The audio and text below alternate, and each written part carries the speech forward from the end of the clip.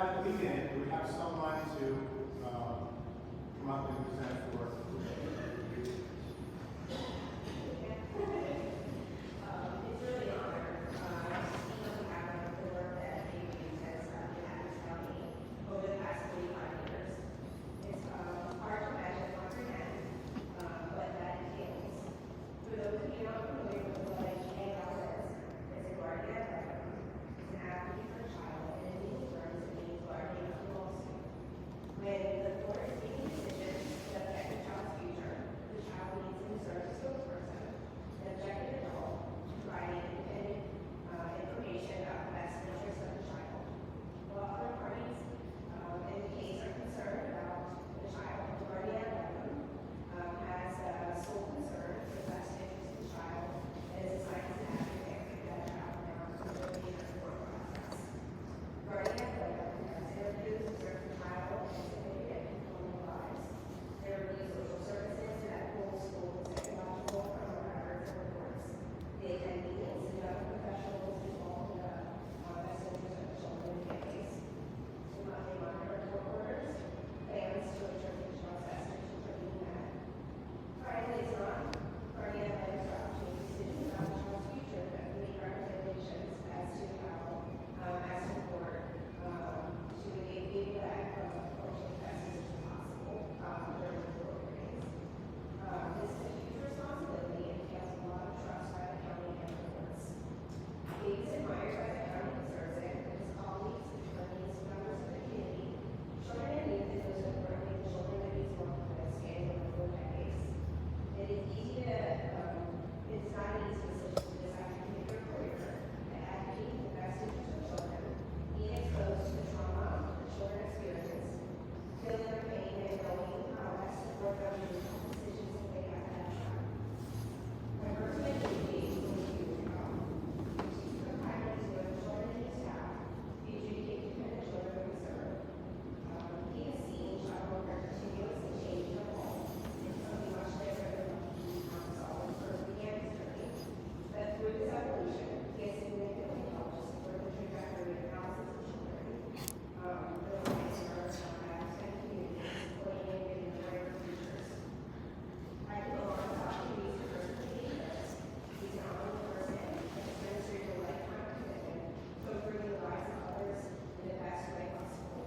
He's a lover of child welfare and a true friend to those he serves with and works beside, assuming his role with humility and paid for all he has done for the children and youth family and the children that he serves. Congratulations and best wishes on that future. It is my opinion that anybody who serves 45 years in our community deserves an standing.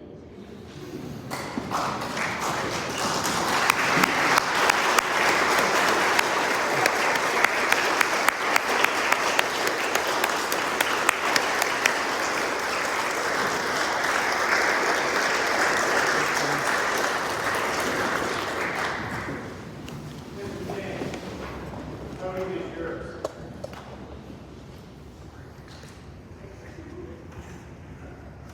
Well, we're right in this series about make sure everyone here. We'll all start right here in front of Judge McPhail years ago. First day I make court, first thing ever doing in my legal career, I get up and I was representing some defendant, and I had my argument done, I had all my books up here, and about halfway through my presentation, it all falls down on the ground. And that's where my legal career in front of Judge McPhail. I've worked since then. Well, I want to thank everybody. Thank you for the very kind words. I've been through 4 judges, started with Judge McPhail, where we used to just sit down and talk to kids. Who's involved in where we are now. Judge Spicer. One day we had a kid who his mother didn't show up for court. She wasn't showing up regularly. We were doing the sessions out in room 411. That's why the windows are locked now. The reason is that this young man had to tell him his mom wasn't coming to the hearing. And I stepped out the car where they were ready to go. And the next thing, the room's empty. And the room was empty because he got out of 411 around that ledge she up there, ended up on this roof. And Chris Boyd and I don't know what happened to me, we're up on the roof trying to talk this kid from jumping. We got ambulances did fines, he did so forth. So that was a kind of weird day, interesting day. Thank God I didn't jump, but I have never done that since. And then Judge Boone, and then of course, a bunch of judges. Every judge I worked with has been terrific to work with. And I knew no matter how much I screwed up in court, I knew the judges always had my back, because they always did the right thing. And so I appreciate everything they did for me. All the caseworkers, supervisors, everybody involved, you really have an impossible job. My daughter actually is going to grad school to be a social worker. God love her. I don't know why. She's been through for 45 years. She started this week. And my son, God love him, is also being foolish nice and about going to law school. So I probably screwed up a little more on this. One thing I do miss, I really miss working with kids. I see kids when I'm out now, and it's interesting as I sit there and watch kids with parents, restaurants, and places, and they have good homes. I try to think about all the good things that kids have, because this job can be really difficult to do when you see kids who come from literally nothing, and they have nobody to care for them at all. And when people complain about our system, the judges, the caseworkers, and you guys go through a lot more than I ever did, you know, it's there for a reason, and the reason is that we're going to take care of kids who have nothing, or less than that. And so my heart goes out to you guys. It's a tough job, and sometimes it feels like there's one way after another, and it just never stops. And that's why it's so hard. And all you have to do is make sure you got to get out. For me, my professional career, there's one word I can describe it as balance. You got to have balance in your personal life. You got to have balance for me religiously. You got to have balance with what you work, with your colleagues. And if you don't have that, you can't do yourself any favors or anybody else. So anybody in this profession, I think you know what I'm talking about. You got to go home. You got to have your kids in there after a really bad day. That's all you really have in your family.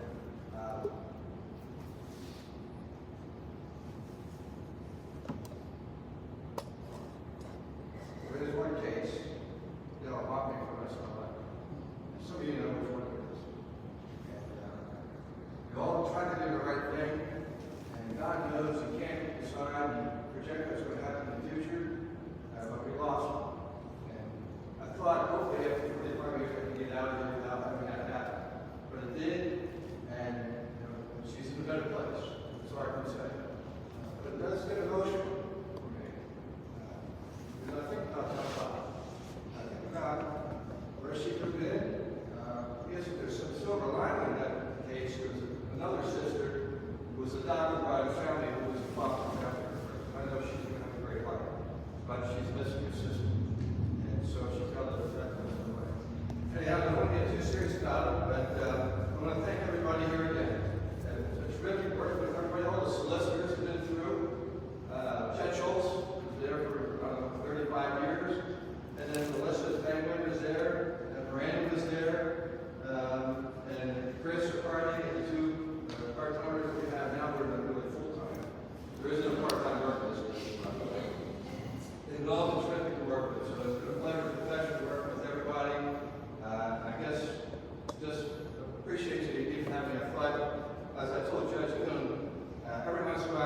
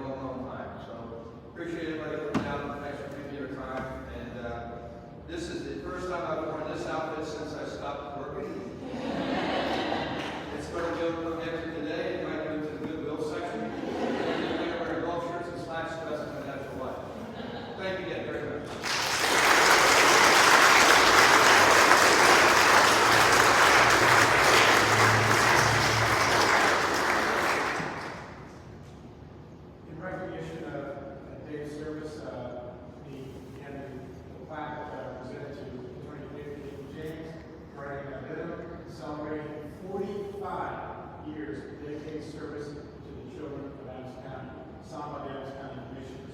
Now, since Dave wasn't a staff member, he was a contract employee, I don't know him. But I'll tell you what, I personally will buy you dinner.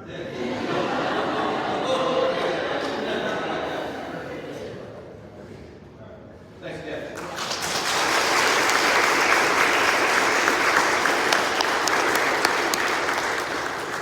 This time, we'll take a short recess, so as many of you that can get into the jury box, come on up and we'll bring your things with you, and we'll get some photographs, and Dave will get to you. This is Vanessa Pelliccio, our lead investigative reporter for the paper. This is the paper that reported my stabbing and triple attempted murder as police, gun, knife, pulled during fight about shopping cart when it was all his weapons and he actually stabbed me. This is Gettysburg. This is how they work it.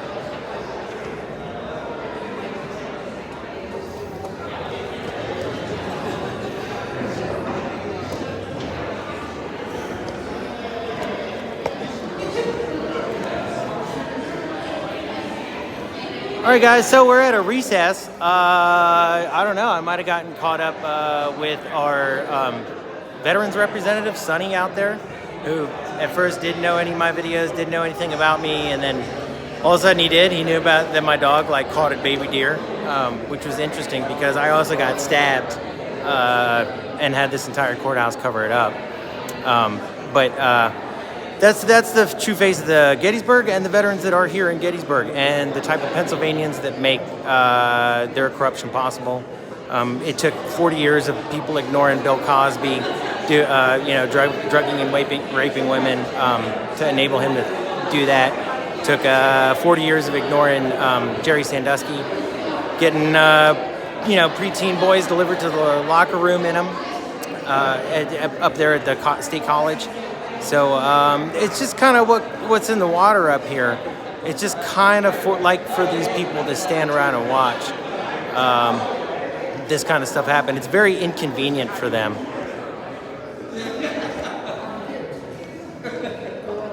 Hattie.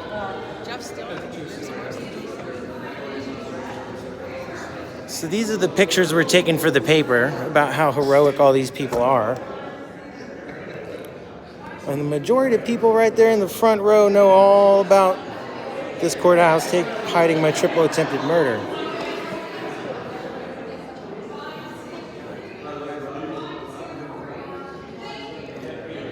We'll start talking to Vanessa. She's the Gettysburg Times investigative reporter. I got some stuff to show her.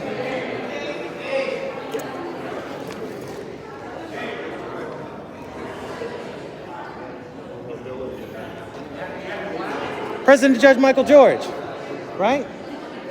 Yeah, you know who I am. I'm the guy that got stabbed, and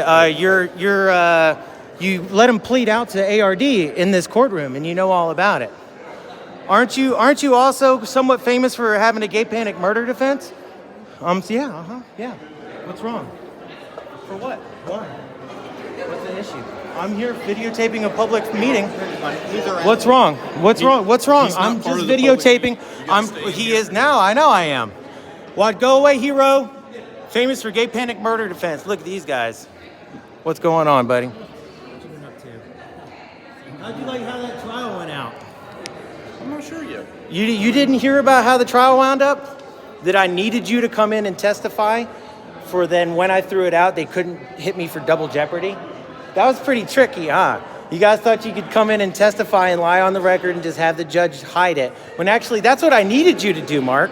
I needed you to testify because once you testify, they can't come back and charge me again for the same crimes, right? Excuse me. Right, Mark? You kind of fell into my trap with that one. That was comical. Brave Sir Robin ran away. Who said that? You're my new hero. Who said Brave Sir Robin ran away? Can you sing it for me? Brave Sir Robin, Yeah, I clown on that guy. He was the guy who actually he's a veteran too, funny enough, but he's like a Navy MP. So of course, that's Mark Mason, everyone. That's the guy that arrested me for standing in the public floor of the courthouse. You see how fast? Did you see how fast we got President Judge George to run away? That was fantastic. Is that Judge Kuhn?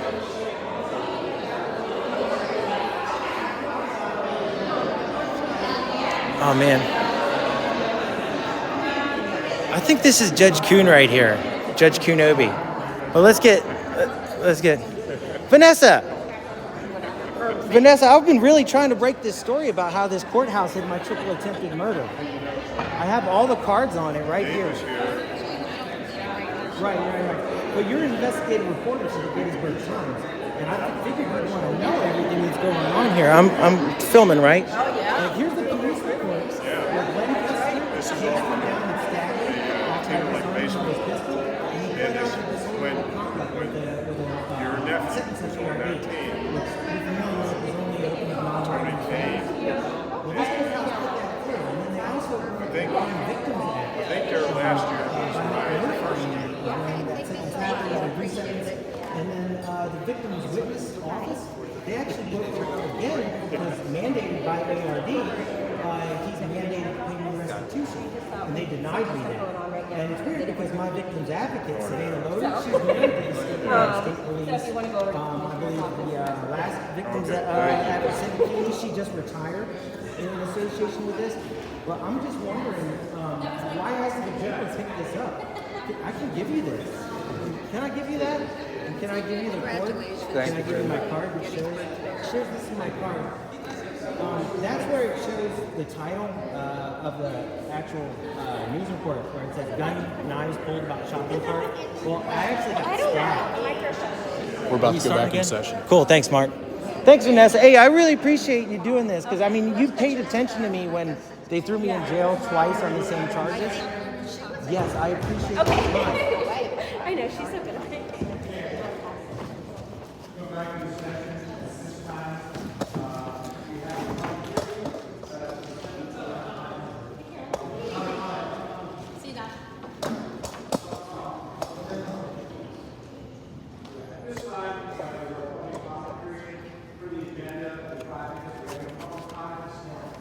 Yes, Jake Billsma.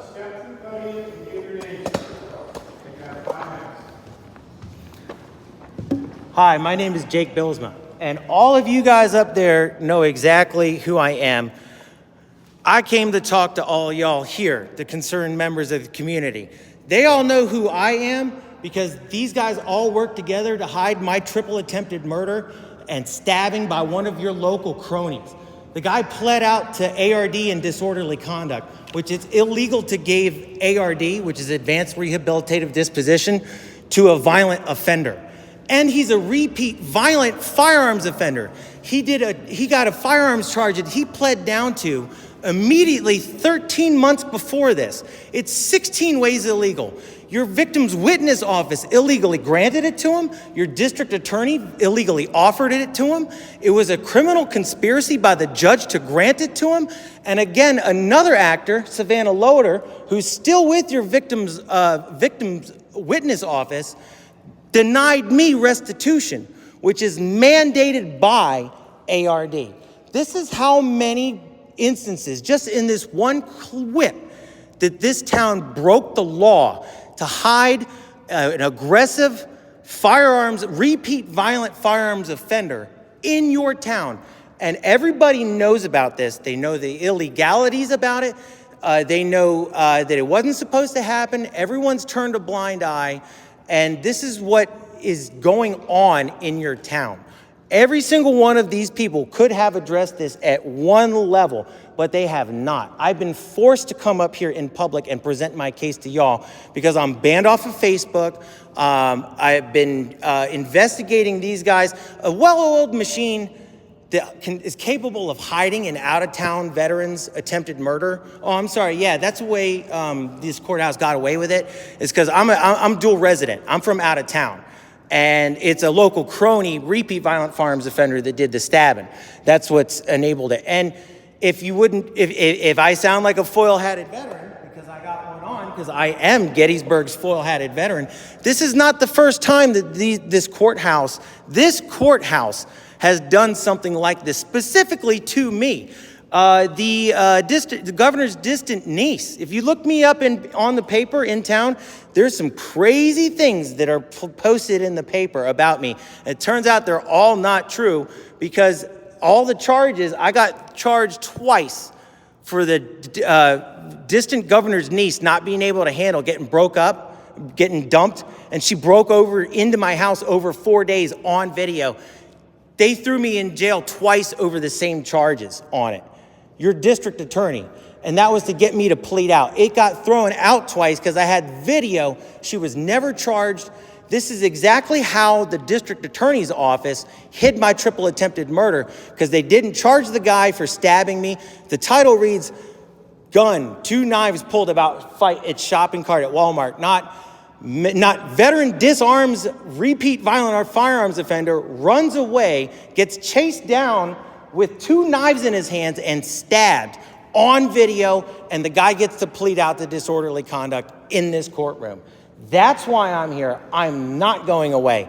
And that drew the line. So I've bumped into these guys with cronies in town, and your district attorney is a criminal. He's continued to hide this. So what I did was I set out investigating the corruption that goes on in this county and the corruption that goes on in this town, and what are the motivations behind it. Because y'all can't hide, this county can't hide a triple attempted murder and stabbing in broad daylight and let the guy get off of it without it being a well-oiled machine. So I started a local group of people that are disaffected just like me, not allowed on Facebook, not allowed in town, not allowed to speak. And it turns out this is a well-oiled, corrupt judicial process up here in town. It turns out, funny enough, to lead all through it and link all these links, District Attorney Brian Sinnott had conducted a false bankruptcy after the housing crash. He wrote off over $70,000 in student debt, which you're not allowed to do. He was a 36-year-old practicing district attorney with no property in his name. He ran up $100,000 in credit card debt and wrote off $70,000 in student debt in a false bankruptcy. This is how this bankruptcy racket got him as a key member of your district attorney's office. And what happens is, because he's playing that gatekeeper role, anyone with any connections to that racket that's been accessed to it cannot go down and cannot get in trouble. Case in point, Glenn Kessler, the guy that stabbed me. He reported a false bankruptcy just along with him. This is the common thread. I'll hit y'all up with my cards on the way out so you can see my investigative processes. And this court hit me with 4 years in retaliatory charges and charged me with disorderly conduct for following this as press, which in this building is the same charge that the guy that stabbed me pled out for, is disorderly conduct. Yes. Thanks for y'all's help. I appreciate y'all. These guys all know who I am. I need help from the local people. Thank you. That's about all I want. I'll take off, y'all. Will do.